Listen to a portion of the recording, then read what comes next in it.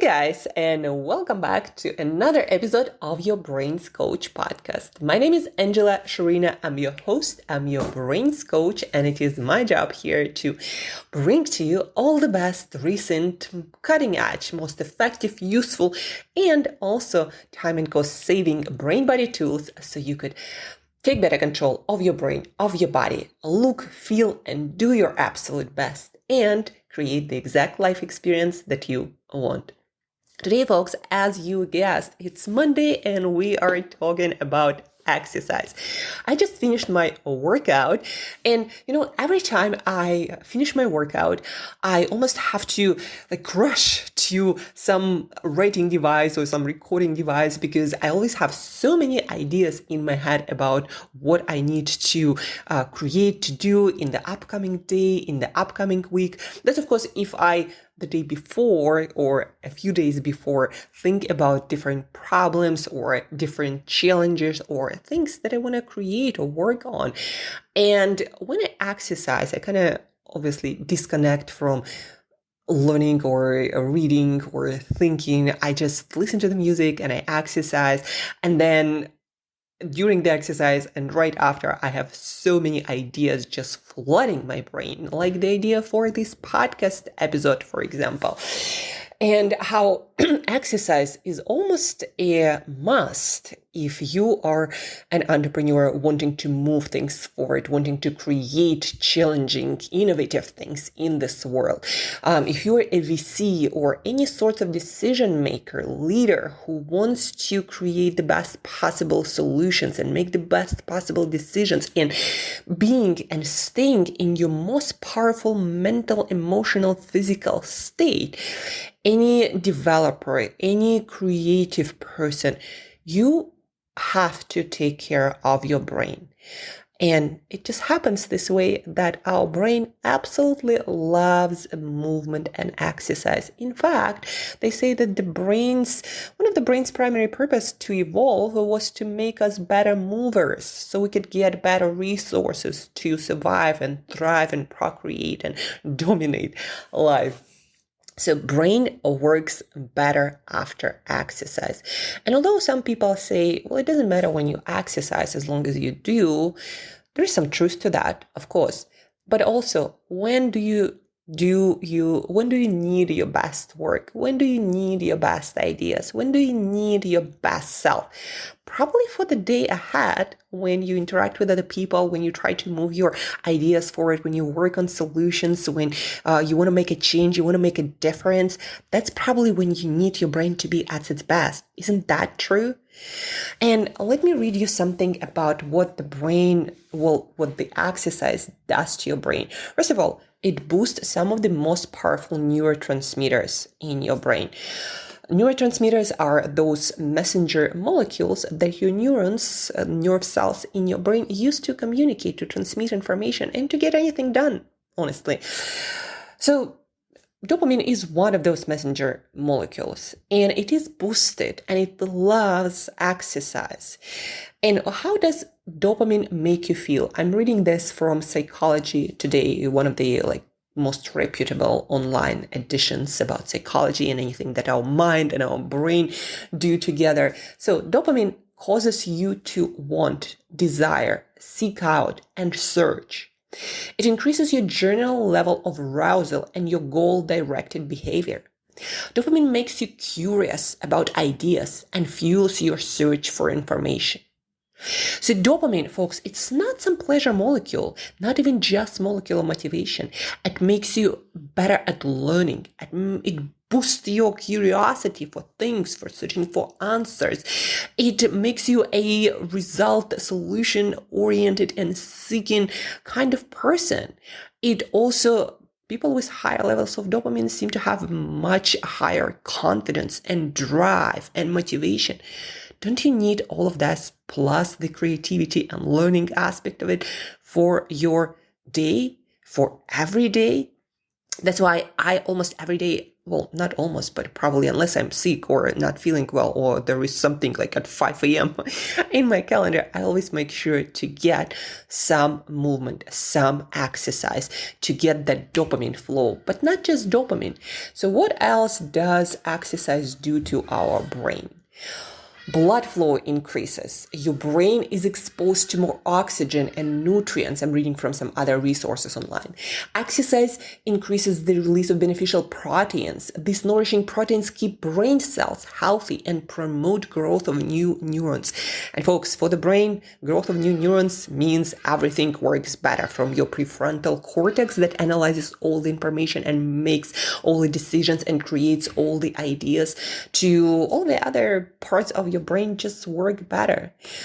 What does internet have to say about cognitive performance? Exercise improves cognition by inducing long-term changes in the hippocampus, such as increased volume, neural formation. What does hippocampus do? What is the main center of your brain for memories, for consolidating all the knowledge, all the experiences that you gather throughout your day. And like the best creativity experts say, no input, no output. What it basically means, if your memory sucks and you don't remember anything that you experience, or you forget a lot of things, forget a lot of information, forget a lot of learnings, your creativity is going to be diminished by a lot. People with great creativity have great memories, and believe me, they do something to make it work better. And one of those things that you can do every day is movement and exercise.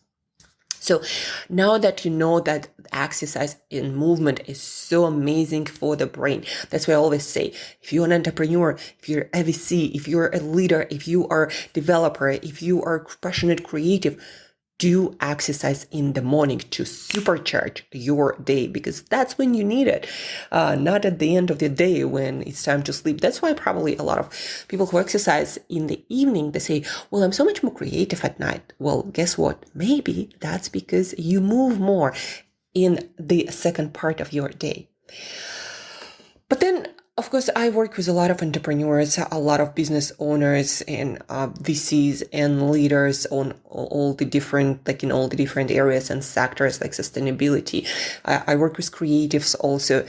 And all of them are very passionate people, and they want to also achieve and create a lot of things. And sometimes or often exercise feels like a waste of time. I'm like, I could be creating, I could be delivering more results, I could be working on this solution, I could be pitching to investors, or I could be meeting more founders to get some awesome ideas and bring them into the world. So why should I care about exercise? Or to say it better, what is like minimum viable product or a minimum effective dose of exercise that I can do to get the benefit, but also not to spend a lot of time there, because that's not my priority. And maybe a lot of my clients also might not enjoy exercise, at least not at the beginning, that much. So what is like minimum viable product of exercise? So there are a few things that create minimum viable product of exercise that I've assembled reading through all the recent research and data.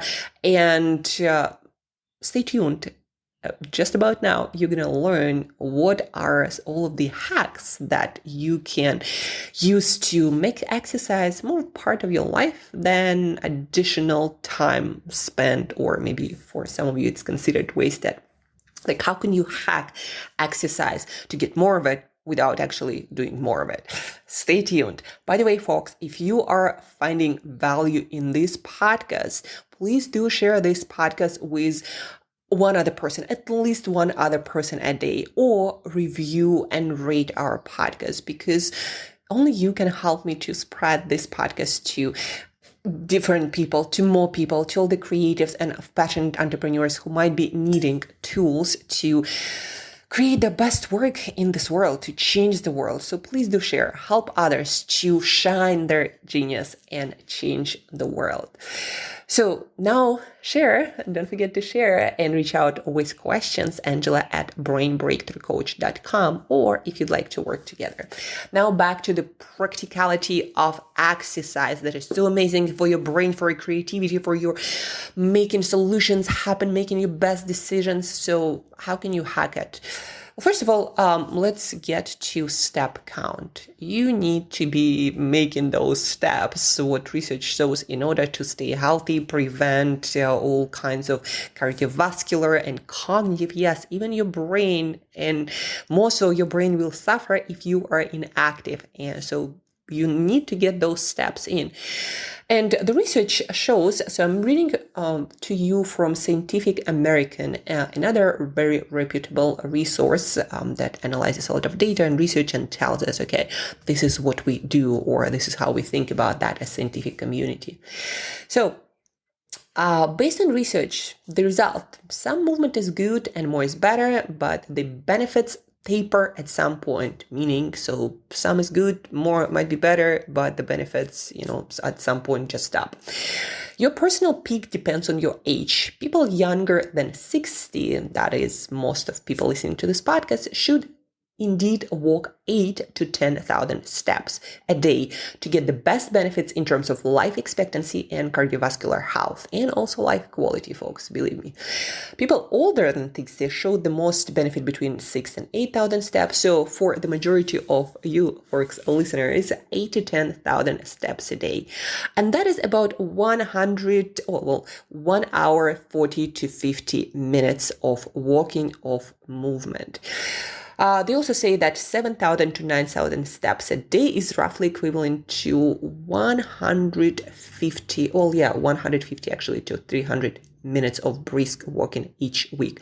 Me personally, how I do that, it's just every morning I make sure to have a 20-30 minute walk, and then every night the same, and then somewhere there I do workout or I do some errands, or I go for a meeting, etc. And I'm going to give you a few hacks to add more steps in.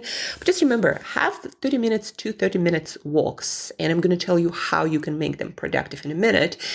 And that's, if you do that every day, you pretty much really good with your step count. So figure out how to do 30 to 30 minute walks a day, every day.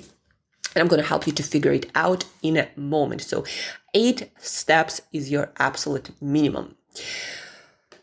Now, something interesting from the Washington Post about fitness snacks. And hey, folks, I'm not talking about snacks that you can eat, even though when I Googled this research preparing for this podcast, of course, Google gave me all kinds of links about all the different fitness snacks that you can eat. I'm like, not the ones that I'm looking for. So fitness snacks, what are those? Reading to you from the Washington Post. Almost any activity that gets you up and moving can be an exercise snack. Ideally, the activity should briefly raise your heart rate and breathing, last a minute or two, and happen often, preferably every half an hour, so every 30 minutes, 1 or 2 minutes, if possible. Snack instead of or in addition to your usual workouts, he edits this about the research, depending on how busy or inspired you are. So what this whole article is about, and it's going to be linked in the show notes, so check it out. The whole article is about how intermittent movement is actually might be just as good or even better than having one bout of exercise, one workout a day, and then sitting straight for, or almost straight for 8 to 10 hours a day. So fitness snacking might be better than exercise, but it definitely counteracts the negative effects of sitting sedentary lifestyle. And so those fitness snacks, every 30 minutes, just do something. What the authors of the article propose, and that's what I recommend to my busy clients, every 30 minutes, just do 10 squats. Like literally stand up from your chair and sit back down 10 times. Do it fast as possible. That's going to be your minimum effective dose. And that's what we're working towards with clients who don't necessarily want to spend every day like an hour on exercise. So fitness snacking. What other things authors of the article propose? Take stairs whenever you can, a couple of flights of stairs here and there.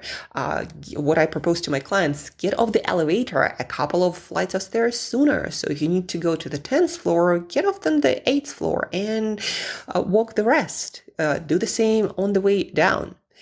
A few other things that I always suggest. If you take a bath, if you take a train, then get off one stop earlier and just walk to your destination. Do the same on the way back.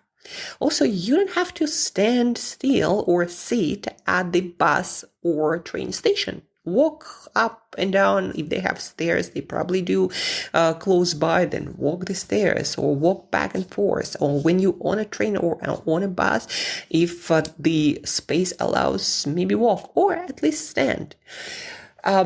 For other of my clients who really short on time and it's a trend, something that happens regularly, I always recommend, get a folding small treadmill that you can sneak under any desk and put it on the very low setting and just keep walking. If not the entire working day, then maybe half a day or maybe third of day.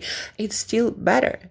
Or at least have a standing desk that, by the way, you don't even have to purchase. Just have a couple of boxes or books or something that will elevate your laptop or whatever you use for work at the needed height. Obviously, if you have a screen that is like in the wall and you can't really move it, then do the squats every 30 minutes. Do at least start with five squats and then do it every 30 minutes. Believe me, you'll notice how your brain starts working better, like how more ideas you get, better decisions, and you're not going to feel sleepy, you're not going to feel tired.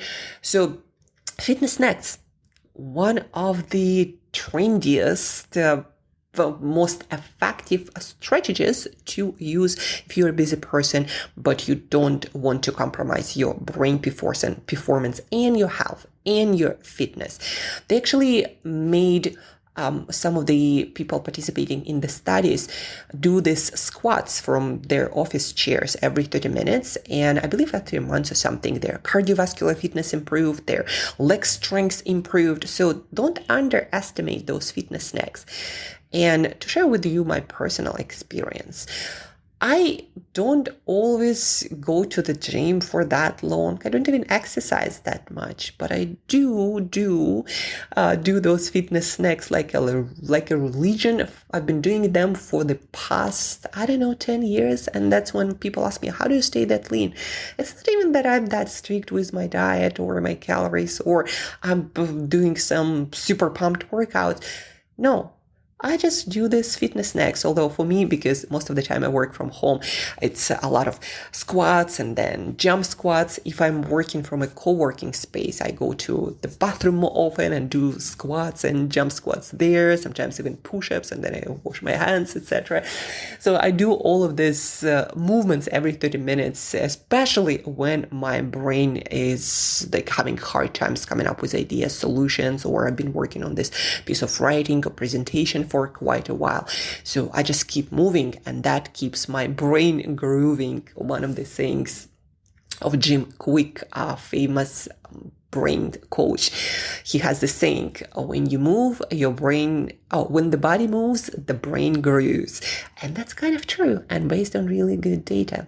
So back to hacking our exercise and minimum viable product. So 8,000 steps, it's your minimum effective dose of steps. And as you can see, you can do them in so many different ways. From under the desk folding small treadmill, those are actually quite convenient and tiny, became quite a trend, to getting off the elevator a couple of stairs earlier and do that consistently, getting off the bus, of the train, a couple of stops earlier. Some of my clients decide to do a little walk around the block when they come back from home, or before they go to work, or before or after office, or both. Do grocery shopping, do more escalator walking or stair walking. Also do some walking productive walks when you brainstorm your presentation, when you brainstorm your talk. It's actually quite a great way to get ready for your talk or your presentation. You'll see how many more ideas and how much more flow you actually have when you do your initial idea generation and notating, note taking for your presentation, for your talk while walking. That's how I actually get a lot more steps. I'm like, okay, I'm having this presentation. I need to give a talk. I need to do a workshop. Let me generate all the ideas while getting in the steps. And so I go and walk in the park or somewhere where my brain doesn't have to monitor the environment. If you're on a busy street, you can't really be thinking about a lot of other stuff because you have to watch where you go. So find a place where you can just kind of wander around without bumping into a lot of people or stuff or have the opportunity to be hit by a bus, right? So productive walking for generating ideas, getting ready for your talks and your presentations, getting on calls while walking. Just go on your scheduled walks while literally walking. You'll generate better ideas, create better responses, and better vibe in the conversation. Do walk-in meetings. If you don't have to be looking at each other, then don't. Just both go for a walk, even suggest it to the other person. Okay, let's get some steps in. Let's do the meeting. Some other creative ways to get your steps in. Besides that, keep moving throughout that day, especially if you don't have on that day time for exercise and going anywhere for workout. So fitness snacks is a legitimate, a very effective strategy that in many cases works even better than 1 hour of exercise. So every 30 minutes, do those chair squats or maybe go around the office or run up and down the stairs. Do some jumping jacks, create a moving fitness snacking culture in your office. And when it comes to purposeful exercise, for people who are interested in optimizing their mobility, longevity of their muscles, their fitness, cardiovascular health, for those people, I recommend minimum dose of free workouts throughout the week. One, to train your cardiovascular system. So basically cardio, like 30 minutes cardio when you either do zone 2 when it's hard for you to talk, but you can maintain steady, or high intensity interval training when you really get your heart pumping and then you rest. So it might be sprint, walk, sprint, walk, sprint, walk. Water break. So sprinting and walking, that's high intensity interval training. So you can do 1 week zone 2, so steady pace cardio. You can do the other week when you do high intensity interval training. Then the second workout you need to do every day to optimize your fitness. If you want to optimize your fitness, strength workout, and if you do it only once a week, then whole body workout, different compound movements so you engage as many muscles as possible. If you need recommendations, please feel free to reach out at any time. I'm going to give you some more resources. And the third one is mobility, something that you do to make sure that you have full range of motion in your joints. So everything, you don't have any muscles that are in knots that decrease your blood circulation to certain tissues and body parts. So everything kind of gets moving and you have good flexibility to prevent also all kinds of injuries. You have good balance. Yoga is one of the best practices for that, where you practice your flexibility and balance and mobility, moving through all kinds of different ranges of motion. So those 3 things, cardio workout, either steady pace or high interval workout, strength workout, whole body workout, and compound movements work best for shorter ones. And then flexibility, mobility, something like yoga. So if you sprinkle those throughout your week, like 30 minutes minimum effective dose, plus you do your steps in all these different ways that are available to you, and you do your fitness snacking, guess what? You're going to be a hell of a fitness machine without spending a ton of time in the exercise room, in the gym, or doing anything else purposefully. Just moving throughout the day and seeking for opportunities to move more. Again, 8,000 steps is all the different hacks that I mentioned. Re-listen to this episode if you'd like a reminder. Number 2, fitness snacking. So do those chair squats and Number 3, sprinkle those workouts if you want to optimize your fitness, like your muscle strength and mass, and then your cardiovascular fitness and your mobility, flexibility, right? Strength, cardio, and yoga. Let's say 30 minutes, 3 times per week, one of each. And that's it. Don't forget, folks, that exercise, why we started talking about exercise on your Brains Coach podcast in the first place, is because it's so freaking amazing for your brain. From dopamine release that makes you a greater learner, insatiably curious for searching solutions and coming up with ideas, driven, motivated, confident, powerful, or empowered. So dopamine, and then all the blood and oxygen and nutrients, improvements in your memory. And as I've said, memory is your experience. It's your creativity. It's your database where you source all the solutions you bring into the real world. In fact, memory is who you are. Without memories, you're a blank page and you don't have much to offer. So memory and exercise are linked in a positive correlation.